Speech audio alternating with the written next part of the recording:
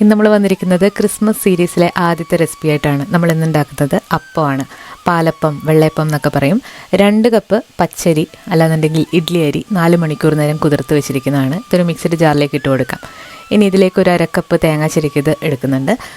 Desiccated കോക്കനട്ടാണ് ഞാൻ എടുത്തിരിക്കുന്നത്. Fresh ആയിട്ടുള്ള എടുത്താലും മതി. 1/2 കപ്പ് ചോറും 3 ടേബിൾ സ്പൂൺ പഞ്ചസാരയും പിന്നെ ഒരു 1/4 ടീസ്പൂൺ ഇൻസ്റ്റൻറ്റ് ഈസ്റ്റ് അല്ലാന്നുണ്ടെങ്കിൽ ആക്റ്റീവ് ഡ്രൈ ഈസ്റ്റ് ആയാലും മതി ചേർത്തിട്ട് 1 കപ്പ് വെള്ളം ഒഴിച്ചിട്ട് നന്നായിട്ട് ഇതൊന്ന് അരച്ചെടുക്കാം.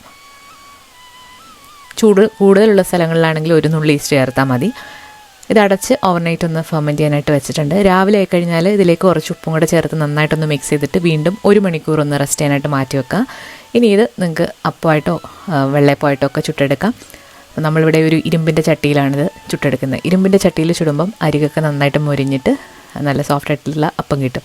ഏറ്റവും സിമ്പിളായിട്ട് ചെയ്യാൻ പറ്റുന്ന ഒരു അപ്പത്തിൻ്റെ റെസിപ്പിയാണ്. അപ്പോൾ എല്ലാവരും ഒന്ന് ട്രൈ ചെയ്ത് നോക്കാം.